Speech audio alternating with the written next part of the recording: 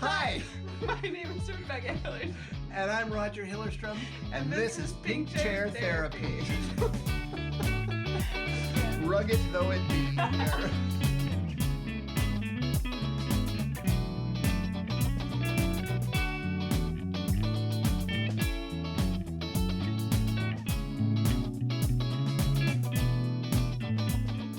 Welcome back to Pink Chair Therapy. It has been a little bit of time. We took a unintentional hiatus for a couple years. I moved to Tennessee and stopped straightening my hair. And a few things have changed since then, but we are back. We are back. Yeah, we're back, but this is Tennessee. Yes. And I love it. I visit here. You chose well. Yes. This is It chose me. beautiful. Yeah, it chose you, right? Yeah. Right. Yeah, but we're very glad cool. to be back. So it has been quite a few years, but Mhm. we recently posted an episode of Pink Chair Therapy that we did film 3 years ago. Right. Although only recently got posted, which is funny because of its connection to our current Good society. timing. Yep. And even the premiere of the new Snow White from Disney, which is Yes, hilarious that's right. timing. Go figure. Yeah, Right. super, super funny. Yeah. So we're going to bounce off of that episode. If you haven't watched it, it was largely just kind of a baseline introduction to family roles, what family roles are, and kind of a few examples of how they function. So we're going to bounce off of that idea into today. We want to kind of get a little bit more of a baseline on, okay, now we know what family roles are, but then what do they look like in a family system? What is a family system? How do they interact with each other? And I'm just going to kind of follow your lead on that and see where we end up. Right, and I'll try to stay on track because when you and I get rolling, we can head off in a million rabbit trails. Yeah, well, we'll clip off whatever we need to and then move it into the next episode. The glory of editing. Yeah, exactly. Yeah. All exactly. right, yeah. Well, so to start us off, we use the phrase family system. Mm-hmm. Now, that's a phrase that's become real familiar, but I'm going to explain it to our Okay, audience only perfect. because maybe everyone isn't so fluid with Yeah. it.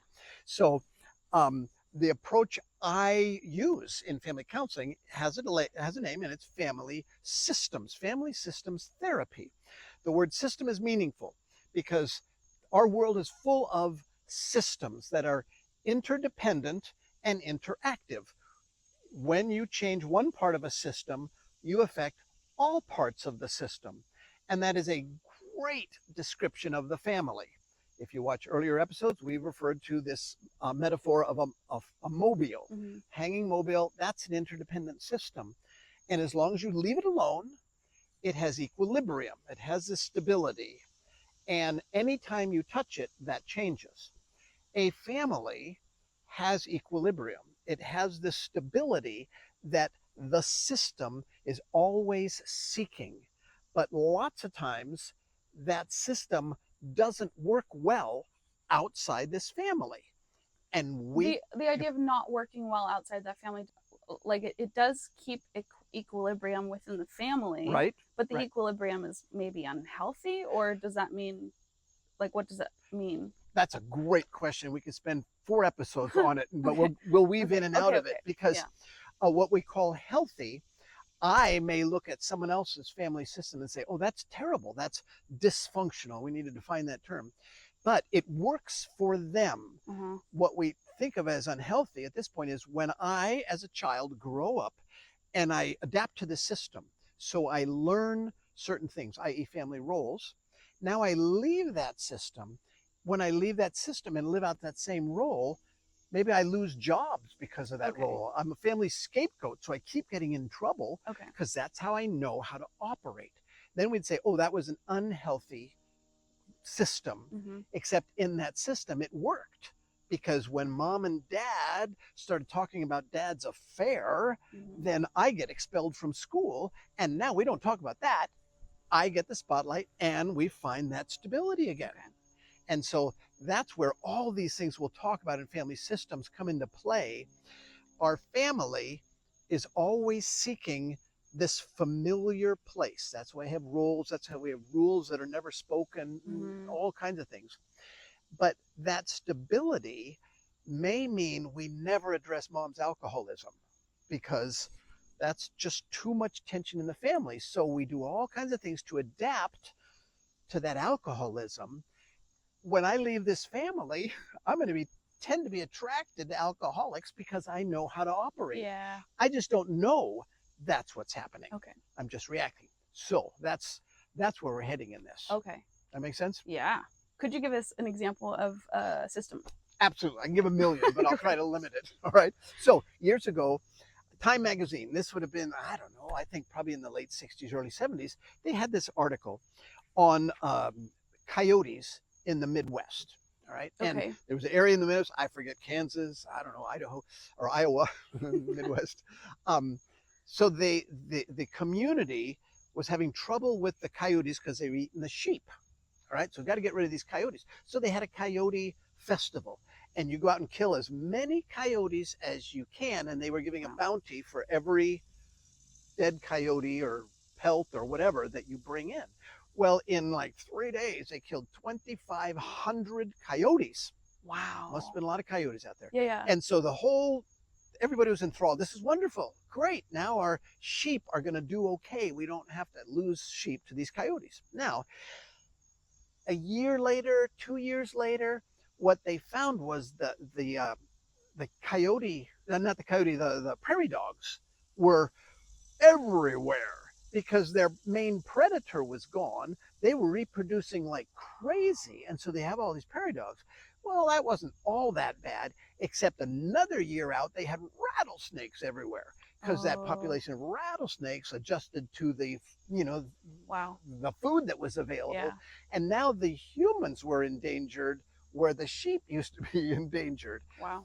And now they had to do something with the rattlesnakes. And so that's a great picture of how systems work. It seemed like a great idea at the time. Let's get rid of these coyotes without really conceptualizing what's the trickle down. Okay. So in a family, every family member has a job to do that's about managing that stability. When that stability, the higher the instability, crisis, the clearer those jobs are.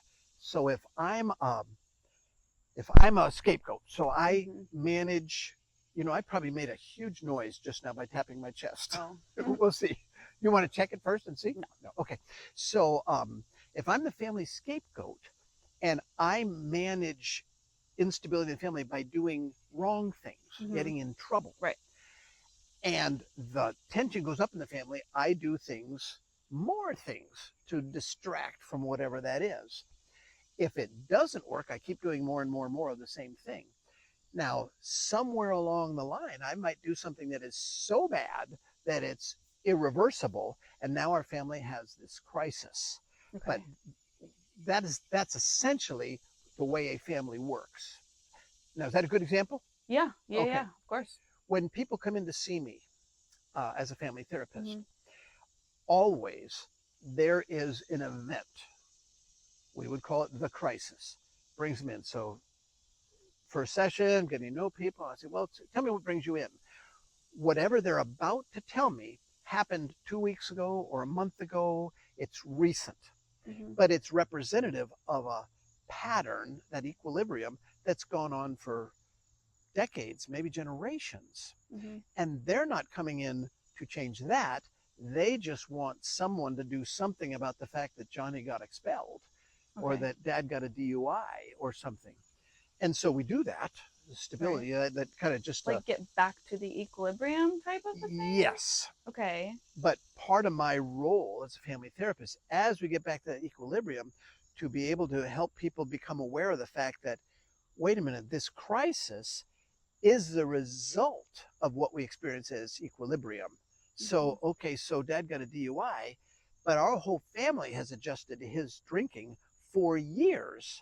And so because that's true, that's why Johnny's acting out and why Mary doesn't talk and why, Billy gets straight A's and stutters. This family carries a high level of anxiety, and we happen to have this crisis that brings to the surface. But if we don't deal with that, you'll be back in a few months. Right. Because, Bobby's going to get arrested, or something's going to happen, because that's a part of our stability. And that's where we intervene with the family system of changing those things because Bobby, if we don't change his family system, very likely when he's 25, he's going to be in jail, or he'll have 4 marriages behind him or something like that he knows how to create crisis. He just doesn't know how to adapt in a healthy way. Okay. So that's the example of the coyotes back to our families. Yeah. So, like with the idea of the coyotes, you say we change the ecosystem or we change the family system, and then obviously consequences arise and something bad happens. So if somebody, okay, I have 2 questions. Yeah. First part of the question is, that sounds like a negative thing. Like if we decide to change the family ecosystem, that sounds like what's going to ensue is chaos. Is that what we're shooting for? Well, yes. How do we find a goal of like, okay, so this equilibrium we have found is not good. Right. Like it causes bad things. So we're going to change it, or we're going to at least try to change it. But how do we set a goal as a family system to say that's where we want to go? It's a new equilibrium. Right. But it's different, and somehow it's better. Well, it's better. Presumably, it's better because it's conscious and it's something we're choosing to do. It's not okay. So it's having a goal of being aware and being in control of yourself rather than just reacting to. Exactly. Okay. Exactly, and that's a big deal. Huge. And so people coming in family therapy, what you're describing is where we're heading. But hopefully, the context we all get is this we have done automatically, and it's because grandma and grandpa and great-grandpa. It's because of unspoken things. Right, exactly. And now we try to get that onto the table in therapy in a way that's palatable for everyone so they can say, of course, right. Okay, I can see that. Well, now that we see that, we can make choices to change, but that change will involve chaos on the way. Okay. I don't know how to talk without yelling. I don't know how to try to understand what my wife is feeling when I am so frustrated. So that means I have to learn to interact with her in such a way that I am trying to understand rather than try to just get her to understand me, get her to change. Well, that's going to be difficult. It's going to be difficult for me. It's going to be difficult for her. It's going to be difficult for the kids, except that it has this target that is much healthier.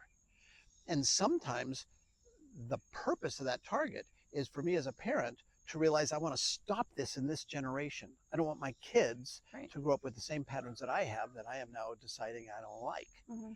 And so that's a part of what we'll talk about today is how do we do that? But the first step is always awareness. Yeah. I got to realize that, no, this is bigger than my son getting expelled from school. Now that's bad and we got to deal with it. But there's a part of how we function as a family that we all experience as normal when really it's not going to serve us well over time. It's just knee-jerk reactions. Yeah. So then another question, just to follow that up. I feel like I've seen this happen before, but I want to know from your perspective if this is something that you run into often or maybe not often at all. But if there's like a kid in the family system that on their own realizes that they're reacting or realizes that they have been functioning because of something, and so their awareness is the crisis, like their awareness coming into the family and being like, I'm no longer the scapegoat, or I'm no longer the mascot. I'm not gonna do this anymore. I am now the hero, or I'm now like whatever. But I am changing, and y'all can come with me or stay in your equilibrium, but I'm out regardless. Right. How often do you see that as the crisis that people come to you with? Frequently. Really? Yeah. So it's somebody's intentional choice to become aware before they're in the therapy office. Well, sometimes intentional, sometimes not. Okay. But I think for what you described is accurate, but it's missing pieces. So for instance, it's that mobile, which is a great metaphor. So you're describing a kid who, let's say, is now 18, 21. Sure. So he is in that transition out of this family system, beginning to live independent. And he realizes, I have always catered to my dad's tantrums, all right? And so what I realize is anyone raises their voice around me, my adrenaline goes into my throat and I have anxiety to react when it really doesn't affect me. So here's this thing going on. I want to deal with my generalized anxiety disorder, Okay. whatever. Okay. And so they come in, now they start to change. Well, they are moving their piece over on this mobile. Mm-hmm.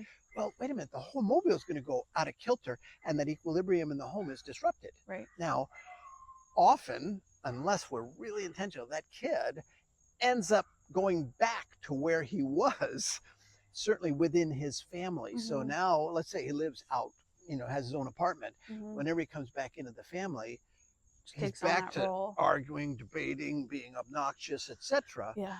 And he wants to change that.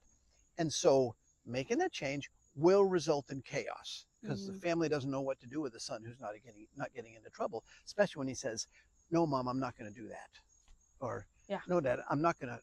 That means he Not gonna has to cater to expect this. dad to rage more, and so he has to Okay. be ready that this change I'm making is more important than quieting my dad down. Yeah. And that's more chaos. Then he Okay. might have siblings that come up and say, "What are you doing? You're screwing everything up. Come on." Yeah, just Tiptoe. tell him what he wants to know, Yeah. and it'll be fine. Yeah. And that's that pressure to go back to that equilibrium because Mhm. we're all uncomfortable, Yeah. and it's your fault.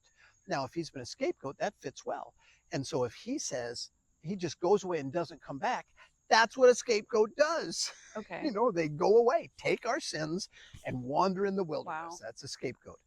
If he stays engaged and continues this change, then he's either going to be kicked out, Right.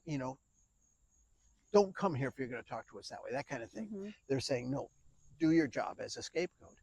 Or they may begin adapting if they care more about him as a family member than what he does. Mhm. And when he starts that task of changing, the jury is out. The end isn't predictable Yeah. necessarily because you don't control another person. So he can Right. control his That's role, all.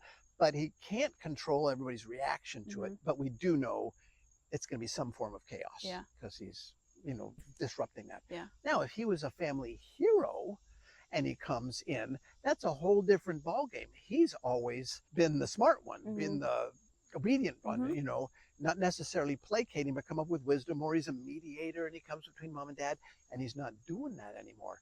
The chaos is the same, but the family's response may be very different. They Yeah. might not tell him to don't come back until you can behave Yeah. because they're invested in, no, he's pivotal in this family. He's a family hero. Right. He represents us as successful to the world. Mhm. And so that person's struggle in changing is different than his brother's. Right.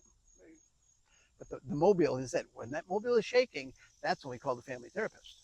So if we're approaching, like, an individual is approaching, like, some sort of change in a family system, like for me, growing up and changing how I function in the family, that changing how everything functions within the family, but I can't focus on you.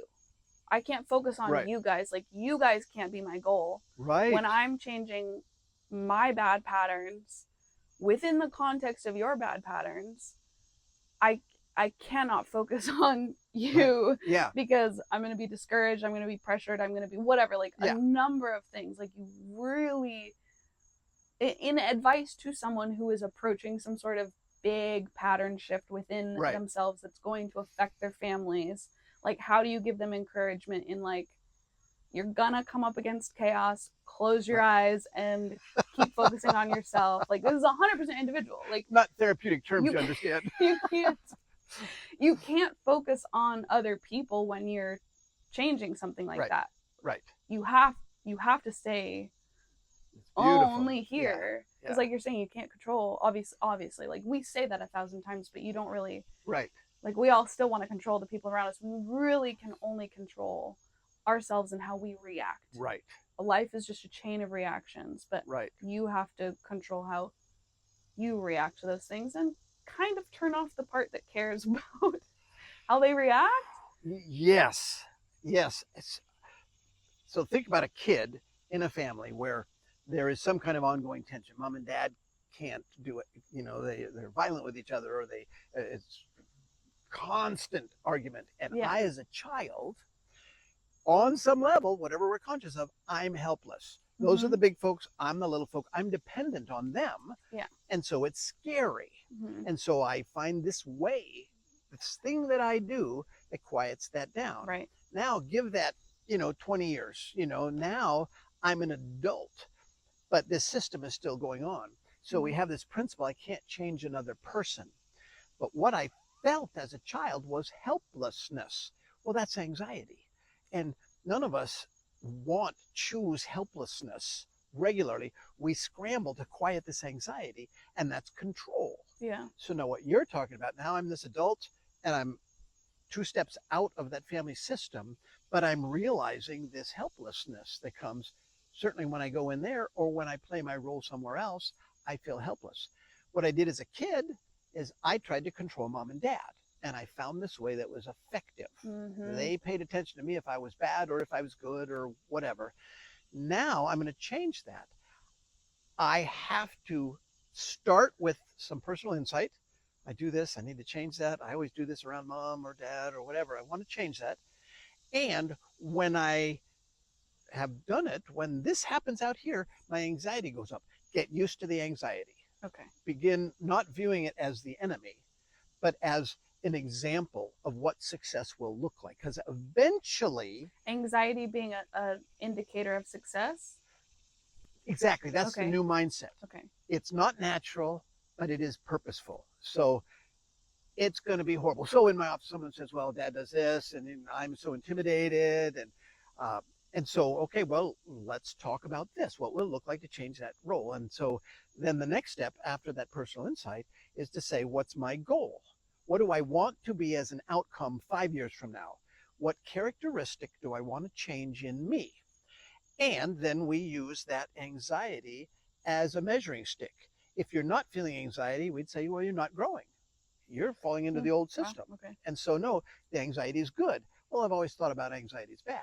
Yeah. So therapeutically, I have to reframe that emotion, not as the enemy that I need to avoid at all cost, but as something that is background noise to my growth. So I don't worry too much about the anxiety.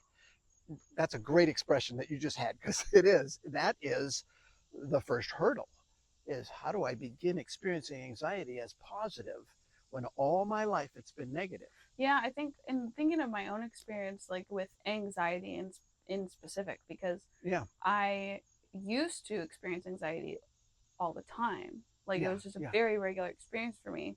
Well, in the past few years, in instituting a very regular practice of meditation for myself, right, like there's like my constant level of anxiety is no longer, like that's not something I experience anymore. But a lot of other things have changed in my life. Like a lot of different things have shifted. So my low level like anxiety is gone. But now I do feel when anxiety enters, the information is much more present and much more like hearable for me. So when I feel anxiety, I can feel like something just changed, something is off. What do I do? Whereas, so I'm trying to think of like I've worked so hard within my own existence to not always be in a state of anxiety. Right. You know? Right. And I don't know if I ever would have been like, just get used to it. This is okay. Because I want to be able to take it as information and say, like, something is wrong right now. What do I change to get away from this thing? Right. Like, I still, like, it's still something to work against. Yeah. It's still not like just like, oh, it's okay. No big deal. So this is great. As you talk about meditation, or in the field now they use the word mindfulness. Okay. But mindfulness is a skill. It's a tool that's developed, and its function primarily is to become aware of my anxiety. Right. So I become very focused on it, and then I develop ways, and some of it might be shifting my paradigm, and then or whatever this practice is that I myself have chosen in my mindfulness or my meditation, then that gets applied not just to my family system, but to my anxiety in general. And then it's not magical. It really is a discipline that, okay, when I feel this, I go here. That's parallel to what you and I are talking about. Not because it's insignificant at all, but because as we're talking about family systems, we're talking about that anxiety specifically with these relationships that I now am choosing to change the relationships. Now, if I have developed a practice of mindfulness or absolutely golden, Yeah. because then I have this that I can apply when my anxiety is triggered. And my anxiety is going to be triggered because I'm choosing to change my relationship within my family. I'm not going to react to my dad as a fearful child anymore. I'm going to interact with my dad as a peer, and then I'll set boundaries. Well, my anxiety is going to go up. But if I have disciplined this style of meditating, oh, I have that as a tool along with me. It won't affect me. It's easier to cope with it, easier to objectively say I feel anxiety, where I would have used to react subconsciously and gone into some sort of pattern. Right now, in the moment, I recognize it, and I'm going to intentionally react this way instead of going back into an old pattern. It just makes that easier. Yeah, I'm scrambling for a metaphor to pull these together. I'm not trying to come up with it, but it's is it two sides to the same coin or two roads to the same destination? One is internal. You're describing an internal system that I'm developing to lower my cortisol by choice, intentionally. I'm talking about a way that then applies externally to these family relationships. And so then for you, you are managing that internally, presumably so that when I experience it in my family system, my goal in no longer being the scapegoat, I have a direction to go immediately with this anxiety. And what I was talking about earlier, and I'm glad you brought it up, that if I haven't developed that meditative practice, I need to realize that this anxiety that I feel when my dad raises his voice and says, no, you're not going to take that job, or no, you're not going to move to Tennessee or something, then, oh, this anxiety I have, I need to be able to view it differently. If I don't have the tool that you're talking about, then I allow dad to be unhappy, but I'm doing it. This is my goal. This is my life. I'm going to do this. And I allow dad's anxiety, or well, it's his anxiety too, but his rage or whatever it is, his direction to be. And I just live with this anxiety saying, this is going to turn out really well because I'm going to take that job and it's my choice. And if it works out, great. If it doesn't, but it's on me, not on my dad, but I am not going to have him directing me as though I was 8 years old. Which when I was 8 years old, it was too dangerous to not do it. And so that helplessness, I have this feeling of helplessness because he doesn't want me to take that job, but that helplessness is old, kind of on the category of post-traumatic stress. Yeah. Wait a minute, this was from a time in my life when I was helpless. Dad's, he's getting mad. My anxiety is going up, but I'm not helpless. I don't have to manage his emotions the way I had to do it as a kid.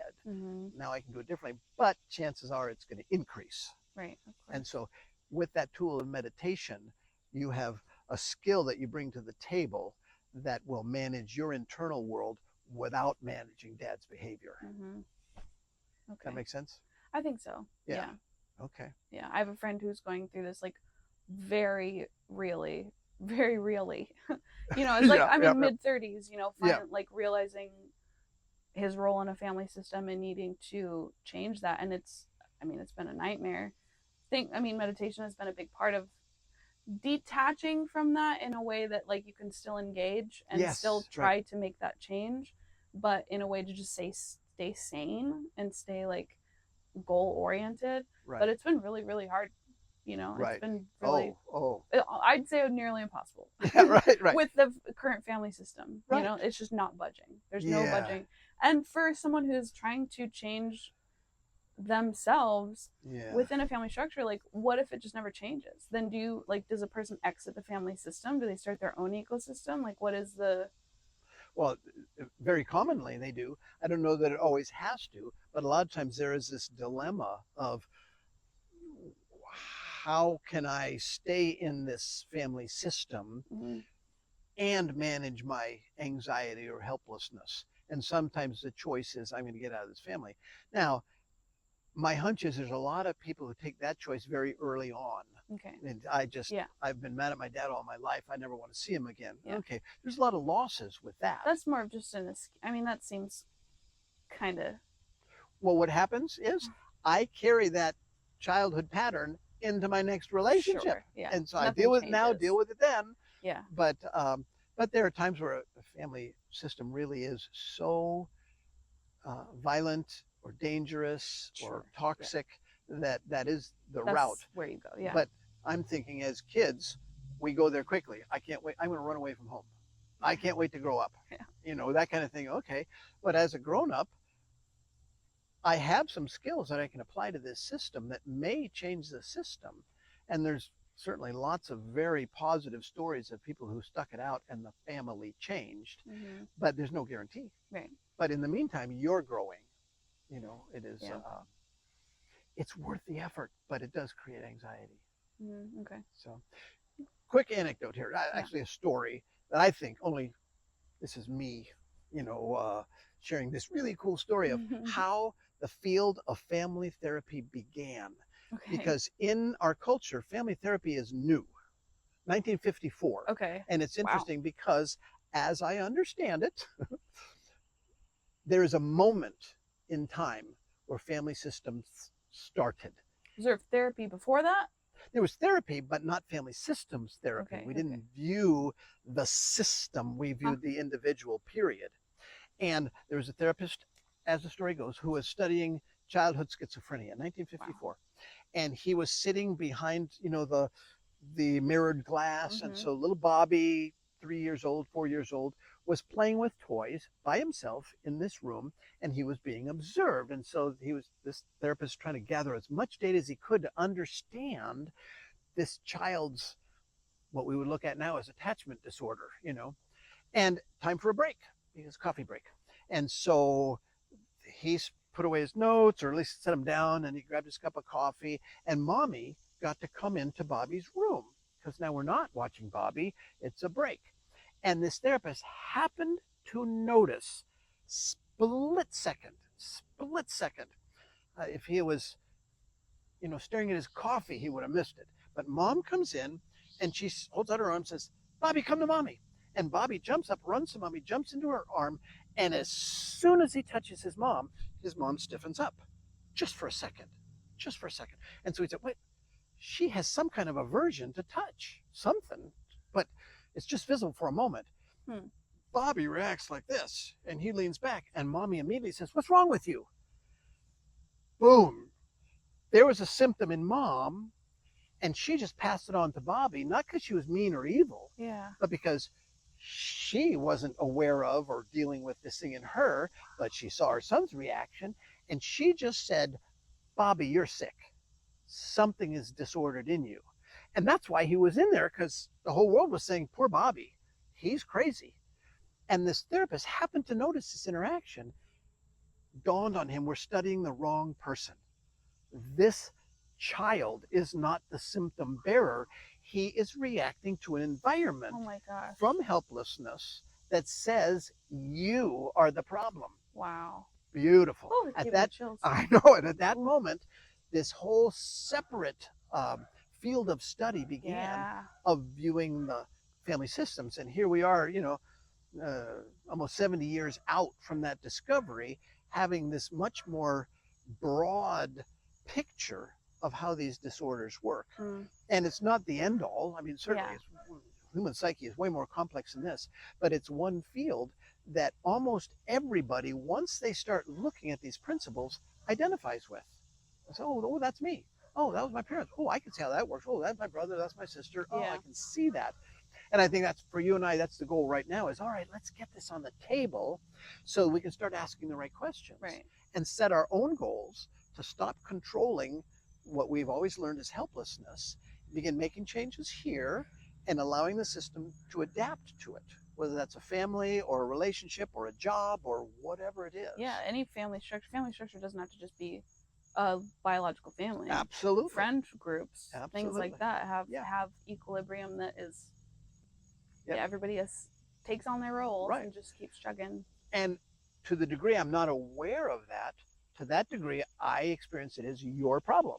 Right. That if only you understood me, then everything would be fine. Wow. I know. And off we go. How many times I've heard that. Right. Yeah. It's a mantra for lots of folks that I would be okay if only you would do X, Y, Z. Yeah. And if you grew up in a world where you were told that every day, you're a bad boy if mommy, if mommy feels bad, you need to do X, Y, Z. Well, if you've heard that all your life, now you hear it from somebody else, it just resonates. Oh yeah, I know. That's always been true. Always been true. Yeah. I need to do this so your life is manageable. It's exhausting when you think of it. Yeah. But there's hope. Oh, thank God. Yeah, I know. Yeah. Right. Yeah. Bad news is that hope is based on, most of the time, lots of effort. Yeah. Yeah, setting Does a goal. does that just make all of us 100, like we're all codependent in some way or another? We all, like, if we're all born into some sort of system and then we take on a role to essentially make the family function comfortably or the system function comfortably, right, aren't we all just codependent? We are. My mantra is nobody enters adulthood without baggage. Right. We'll talk more about that specifically. Well, I think we've said that in every episode. I think so, yeah. So it is, and it doesn't necessarily mean there's someone automatically evil in my life who is doing this to me. But yes, we're humans. You were humans, yeah. And we adapt, and wait a minute, we're adapting to something that doesn't work well. And so that's what we spend our lives doing, is spend all our lives trying to understand and unravel all that stuff that happened in those few years of childhood. Yeah. It's amazing. Mm-hmm. But it's on all of our lists. Yeah. So. Yeah. Okay, well then, regarding just family of origin. Yes. Family systems. Yeah. Is there anything else that you think would be helpful to touch on, or do you think we covered everything? Oh, no, there are so many. Everything. It's probably good for this episode. This is probably a good stopping point, and we'll move on from there and talk about other aspects of this, because it's a multi-level, and of course for me, for you, for lots of people, it's fascinating. It is just fascinating. But the more we understand it, the more we can be in touch with that helplessness that keeps us from making the changes we want to make. When you say helplessness, you just mean, like, I don't know, like the feeling that you can't change? Yeah, when I'm using the term helplessness, I'm thinking of a child whose parents rage at each other. And that's scary. Mm-hmm. That's scary because something bad might happen. And so the child doesn't necessarily call it that, but I would call it helplessness. And it's accurate. He really is helpless, and something is really scary. He adapts to that. And to the degree that something changes that environment, he feels control. He feels safer. Well, that's when a kid does bad things. Mom, dad, stop arguing. Yeah. He feels safer when he's doing bad things. Now he feels less helpless. He isn't less helpless, but he feels less helpless, and that develops these systems. Okay. As an adult, I'm capable of separating that. Oh, yeah, this feels helpless. It's very familiar, but wait a minute, this is my friend. He just happens to be saying what my dad used to say. This guy is safe. I don't have to do what I've always done. Well, that's a lot of work, because then I set the goal. Here's this characteristic I want to change. Here's the end result, how I want to live. Now I start making this change, and my various systems have to absorb that. And to that degree, those systems, to the degree they have some kind of equilibrium, the pressure will be to get back to where I used to be. Right. But I'm a grown-up now, so I can begin to discern, we'll call cognitive reframing. I feel this anxiety, but there is no danger. Nothing is threatening. Okay, well, so I got to learn to not feel this when I'm in this situation. Mindfulness is a powerful tool that I can begin to apply in the next 30 seconds, you know. Yeah. Now, to the degree I don't have that, that's when I have to have my mind set on the fact that, okay, yeah, this is anxiety, but it's not related to danger, so that I can operate forward towards my goal. Yeah. But to do that, I have to allow this anxiety to not drive me. Mm-hmm. And that's where the labor is, at least for most of us. Yeah. Anyway. Okay. Good. Okay.